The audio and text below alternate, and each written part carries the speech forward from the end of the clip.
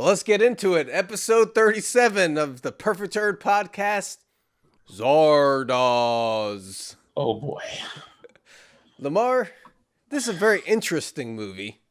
We've always mentioned this movie in discussion. Yeah. I think because insert picture wherever, it has Sean Connery in this weird, I don't know, it's like a red get up with underwear. It's a really weird image. And that image is, I think people might not have seen this movie, but they know that image. Exactly. Yeah. And that's where we were. We were just like, where is this from? So it turns out it's part of this movie called Zardoz, and I will say that's one of the least weird things about this movie, in my opinion. Just my opinion. So that's just how I feel. Yeah. Yeah. I mean, without giving too much of the plot away, because there's a lot of stuff, the basic premise is you have exterminators, which Sean Connery's an exterminator. Yes. And they have to kill people. It's so stupid. They have to kill random people that are harvesting wheat. Yeah. And it's they have to keep them in line and stuff like that. Right. And you're doing this under the instruction of Zardoz, who's like their god. Who's it's actually like a big totem thing. Yep. And it's more of a Wizard of Oz type of character. It's actually a guy using the totem as his way to control people. Well, do we want to spoil the Zardoz thing? Wizard of Oz? Right. Zardoz? Yep. There you go. Yeah. Yep. So. And so, the basic plot is, it's actually a group of people that are, immortal. And Sean Connery, he ends up kind of in their vortex. Mm-hmm. And they're trying to figure out, how he got into the vortex, how he killed the guy that's playing Zardoz. He gets into all kinds of trouble along the way. All kinds of weird stuff happens. So, weird stuff indeed. Yep. Yes. So it turns out, because they're immortal, their lives are boring. And they actually want to die and stuff like that. So that's, the basic thing. You don't want to spoil too much. But it's this wild premise. Yes. And, the thing is about this movie is, I would say the set design is one of the things, because we already talked about Sean Connery's, get up. Yeah. The overall costumes and stuff like that. Yeah. Very weird.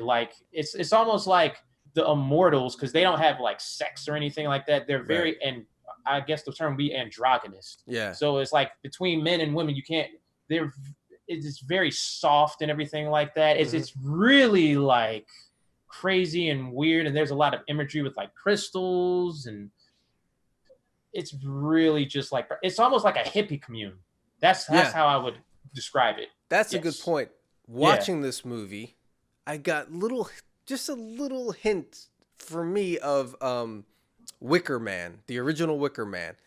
You have these people that are in a cult, and then this guy kind of ends up there, and they're giving him the runaround and stuff. So just a little hint of Wicker Man in there. Yeah. So where Wicker Man is good is it has a focus. You know what his purpose is. You know what they're trying to do. This movie is all over the place, which at times I actually found fun. But it has that like what you said was it has that movie has a focus. I feel like this movie has a focus too, but it's like a kind of like a connect the dots. Yeah. But it's way too weird, because it's it's jamming in all of these things about sexuality, violence, knowledge, all this in this movie, with some hippie commune people studying this savage that broke into their settlement. Definitely. Yeah, it definitely has a lot of allegories and stuff to it. Yes. It's trying to say something, but it's doing it in a wild way. Yes. Well, the one thing that I did learn from this movie, Lamar, is that the gun is good and the penis is bad. Now, I'm a classic overthinker, and when I heard that, I was like, okay, we get it. men are bad, and the penis and the gun is representative of the penis, and it did it. That's what. Let's talk about this. Because basically you have these immortals, they don't have sex or anything like that. Could you say that this movie was kind of before its time, talking about like hyper masculinity, comparing the gun to a penis and everything? Because like they have this community where they're like, they have this like little section where they're talking about, we don't understand how men got erections. And I'm just like, yeah. I don't know. You don't understand that? I think there was a message maybe from when it was made in 1974. Yeah. Coming out of the 60s and stuff. I think the message of like, you know, like the hippies and the kind of the freewheeling, free sex, all that stuff. I think it was trying to put all of that in there. It's just, you know, yeah. I don't know. And connecting penises with guns. Yeah. I just thought it was funny. yeah, it was just weird. I was just like, wow. And I could see why these people are bored because they don't have sex. They don't do anything else. Yeah. So. And that actually wasn't an interesting premise of the movie, was the idea, like, if you had immortality, would things just get so boring that you'd be wishing for death at some point? Like, that was an interesting little nugget there. And it's like, for me, the premise of this movie is actually really good. And there's elements of the movie that are really good. And I just think the execution was bad. And the execution was bad. Yeah. You know, for a lot of reasons. They were strapped on budget. Budget. Should we talk about budget? Because I have so baby. So one of the reasons why Sean Connery did this movie, you said before it was supposed to be Burt Reynolds. That was, I think, their original choice. Their original choice was Burt Reynolds. However, after Diamonds Are Forever, because of course Sean Connery was James Bond, he had a big problem finding work. Mm-hmm. So he was basically paid to do this movie for $200,000, and that was 1/5 of the movie's budget of $1 million. Right. So he was just trying to get work. Let's look up some other things. So he actually had to drive himself to set. Yeah, I heard that one, yeah. And he actually also stayed at, I think, John Boorman's house. Yes. And he had to pay, and he paid rent just out of the kindness of his heart. Yeah, and he did volunteer to drive himself to kind of to help them out and shit. Yeah. So. Yeah, they were roughing it. I think it was also shot like next to John Boorman's house. Mm-hmm. They didn't have like where they can go, like, you know, location scouts and stuff like that. They were stringing this budget to the max. And it's like budget was part of it for sure. Oh yeah. Because even Boorman says in his commentary that, you know, there are parts when you watch it that are just laughable. He said that parts of it is budget, parts of it is just, it's just too much, you know. It's too wild, and it just doesn't make sense all the time, or it's just too goofy, too campy at times. Oh yes. So, you know, it's not all about budget. Now here's the thing, Lamar, we always discuss this remake. This movie, like I said, I like the premise. I think this could be remade and done really well. There was talks, I found out in 2014, that they would want to remake this, and The Rock was going to be in it. Oh, God. Now, I think that would be the wrong direction. I think this would be a great film for like an A24 to make.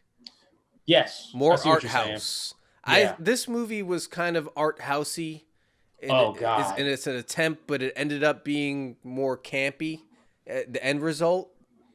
But I think like A24 studio can take this premise and do something interesting with it.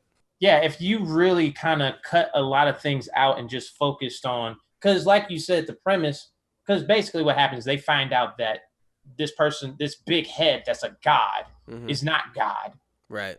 And it's like that journey, that's cool. Everything else is just weird. You're just like, what is this? Yeah. So. Okay, what would you rate it?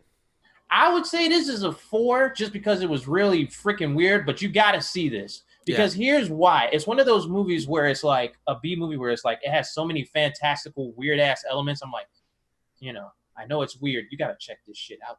Yep. Because it's so weird and like, and this is probably terrible. to say. Sean Connery, who played James Bond, probably one of the most macho men, whatever, is in drag. That was very interesting to me. I was just like, and he had some hangups about that, and I was just like, that's a weird scene. That's funny. That just took me for a loop. Like, so that's how I would say it's a 4. Yeah. Okay. What do you think? Yeah, I agree, actually. It's a 4 out of 5 because, like you said, it's a must-see kind of cult classic. It's crazy in its stuff, but like I've said this already, I really like the premise. I really do like it. And all the crazy stuff and stuff that doesn't make sense or whatever, I can tolerate that because the premise is really good. And I also think I like the look of it. The Boorman, I like the look of his stuff. His visuals are really good. And so, yeah, I think this is another one where I say it's crazy, but it is. I enjoyed it. So it 4 kept out your of 5. attention. Yeah. Yeah. Oh, and another thing, back to sex. A number of women involved in production alleged that Sir Sean Connery often pursued sex scenes far longer than the director John Boorman required. Ostensibly, an inside source claimed that there was a clause in Connery's contract that facilitated his sexual activities toward female actors. It was part of the reasons he accepted the role. Interesting. Here's another note. Actually, an actress, Charlotte Rampling, this is according to IMDb, reportedly looked forward to her sex scene with Sir Sean Connery, then was disappointed when it was over and done with so quickly. Well, I've never had that complaint for myself, Lamar's, but oh man, I can't have this sex scene. So wow. Oh man. Interesting facts about Zardoz. Very interesting. Well, yeah. Zardoz, interesting movie. Interesting movie. I don't know what to say. Watch it. Yeah, it has some. It's just weird. It's weird. All right. Episode 37, Perfect Turd Podcast, Zardoz. Peace. Deuces.